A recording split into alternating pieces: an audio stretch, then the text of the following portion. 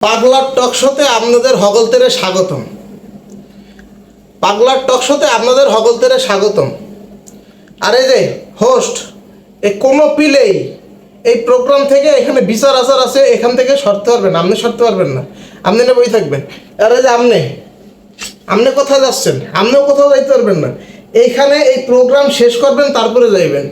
বিষয়টা ওইতে আছে, নারিকেল বাগান মসজিদের ইমাম সাহেব ভালো না, গাইমে গেছি, গাইমে চলে যেতে আছি। নারিকেল বাগান মসজিদের ইমাম সাহেব ভালো না, সে এখন কী করে, রাজনৈতিক বক্তব্য দেয়।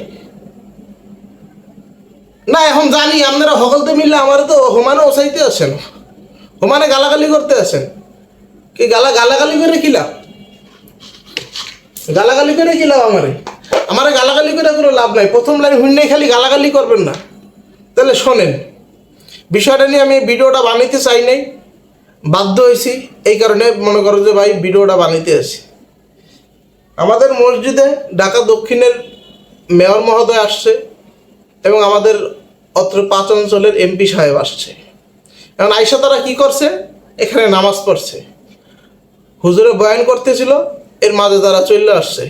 তারা কিন্তু বয়ানের মাঝেও কিন্তু কি কোনো কথাবার্তা কোনো কিছু কিন্তু তারা বলে নাই।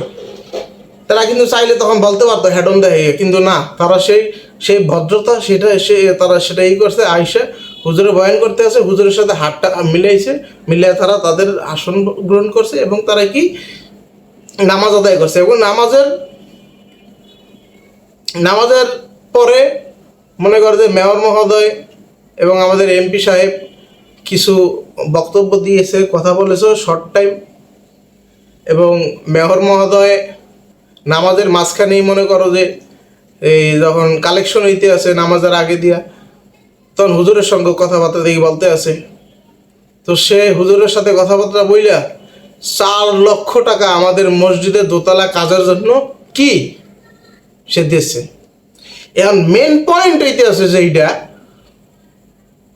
হুজুর বলছিল যে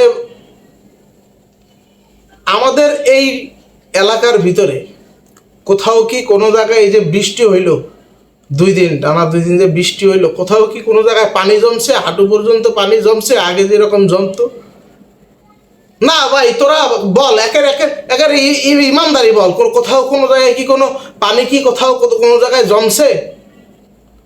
আস্তে করে বৃষ্টি শেষ, সুন্দর করে আইটে দিতে আসি, কোনো পানি নেই, কিছু নেই। তো সে কি উন্নয়ন করে নাই? তো হুজুর সেই কথাটাই তো বলছে যে আমাদের এখানে এই যে উন্নয়ন। তারপরে আবার যে গোলাপবাগ মাঠ, এখন তো গোলাপবাগ কত সুন্দর, এখন খেলাধুলা করতে পারে। একটা মোটামুটি আধুনিক একটা তোমার কি বলে এটা, আউটডোর স্টেডিয়ামের মতো করে দিছে। সেখানে এখন আমাদের ছেলেপেলেরা এখন খেলতে পারতে আছে, বাইকনারা আমার খেলতে পারতে আছে। এটা কি হুজুর কি মিথ্যা কথা বলছে? এর জন্য কি হুজুর আওয়ামীপন্থী হয়ে গেল? না, বুঝি না কিছু। মনে করো যে নামাজ শেষ, তোমার বেলপুরির দোকানে বইয়া কও, ঝালমুড়ি খাও আর কও। হুজুর এটা কি করলো? হুজুরও শেষ পর্যন্ত মেয়রের পক্ষে মেয়রের চাটাচাটি শুরু করলো।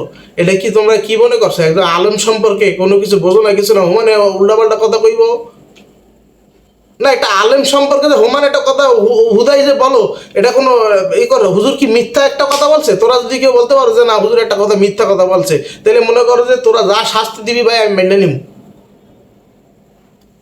না। যে জায়গায় এলাকার যুবক, আমাদের এলাকার ভিতরে কিন্তু আগে আমি দেখি নাই যে এই কই যান, আপনি কই যান? আপনি তো এখান থেকে যাইতে পারবেন না। এখানে বিচার আছে, নালিশ আছে, হগল শেষ করে তারপরে আপনি যাবেন। এখানে আরো অনেক প্রোগ্রাম আছে, এই প্রোগ্রামে জলসা, এই টক শো, এটা শেষ করা লাগবে, এখানে শেষ করা লাগবে। এত তাড়াহুড়া করলে হইবে না, তাড়াহুড়া করলে হইবে না। পয়েন্ট বাইরে চলে যাইতে আসি। তা হুজুর কোন জায়গায় খারাপ কথাটা, কোন জায়গায় মিথ্যা কথাটা, কোন জায়গায় চাটলো সেটা আমার একটু বল।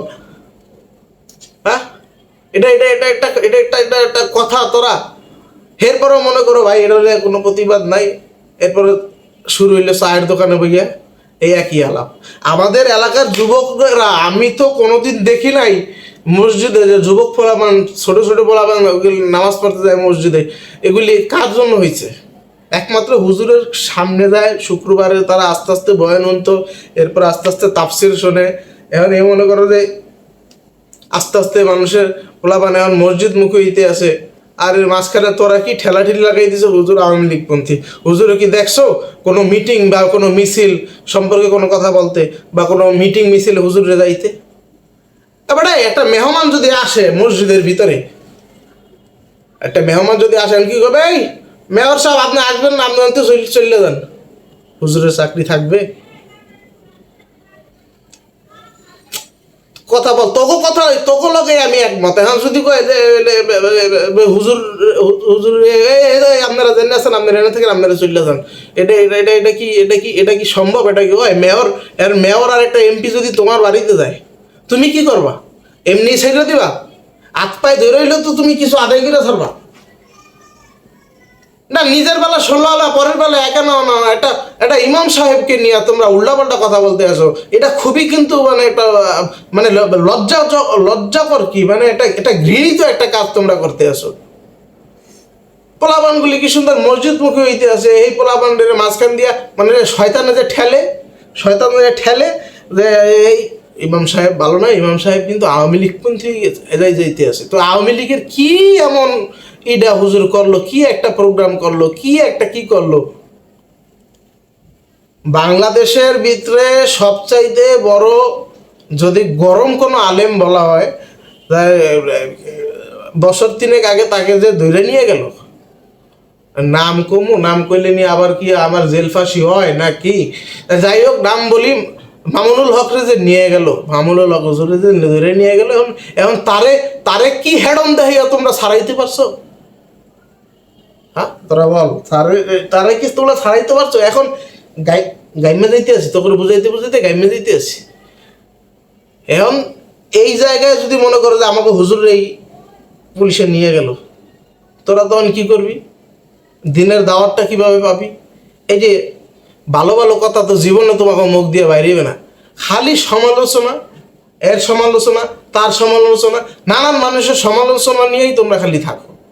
একটা ভালো কথা যদি বলতো যে না হুজুরে গেছে, হুজুরে প্রতি সপ্তাহে তাফসির শুনি, তাফসিরে হুজুর ভালো ভালো বয়ান করে, খুব ভালো লাগে, এগুলি নিয়ে তো পরিবারের সঙ্গে, এগুলি নিয়ে তো চায়ের দোকানে, এগুলি নিয়ে তো বেলপুরির দোকানে, এগুলি নিয়ে তো মুড়িওয়ালার সামনে যখন জলসা লইয়া বসো, তখন তো তাদেরকে তো এই দাওয়াতগুলো তো দিতে পারো না যে ভাই সপ্তাহে শুক্রবার মসজিদে তাফসির হয়, আইসেন একদিন বইসেন।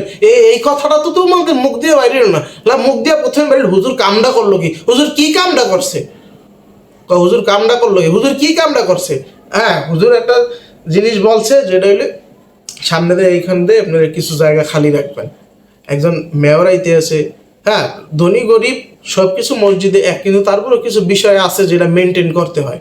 সম্মানিত মানুষকে সম্মান দিতে হয়, এটাও তো মনে করো যে এটা এটা আমি এক জায়গায় শুনছিলাম একটা ওয়াজে, যে সম্মানিত ব্যক্তিকে সম্মান দিতে হইবে।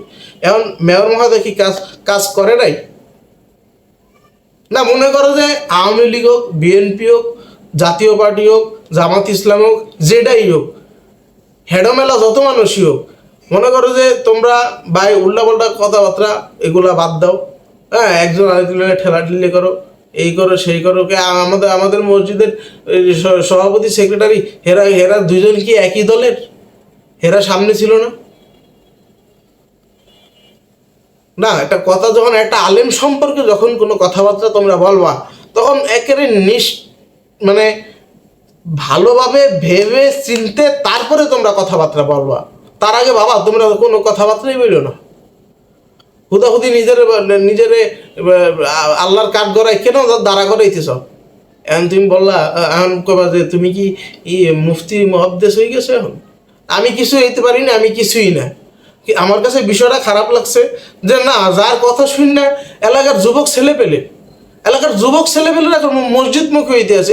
আমি তো কোনোদিন আগে যখন দেখছি মসজিদে, তো দেখি নাই তো এশার নামাজের সময় 2 কাতার 3 কাতার ভরতে, কখনো দেখি না। এখন তো দেখে শেষ পর্যন্ত বসে যায়। হ্যাঁ, এগুলি কি? এগুলি মেহনত। হুজুর এগুলো মেহনত করছে, তারে মানুষ ভালোবাসে ওইখানে যায়, নামাজ পড়তে যায়, হুজুরের পিছনে দাঁড়ায়। হ্যাঁ, যতটা কাছাকাছি সম্ভব ইমাম সাহেবের এখানে যায়। ইমাম সাহেবের এখানে তাহলে ভুলটা কোথায় ছিল? কি আওয়ামী লীগ আওয়ামী লীগ হুজুর হয়ে গেছে।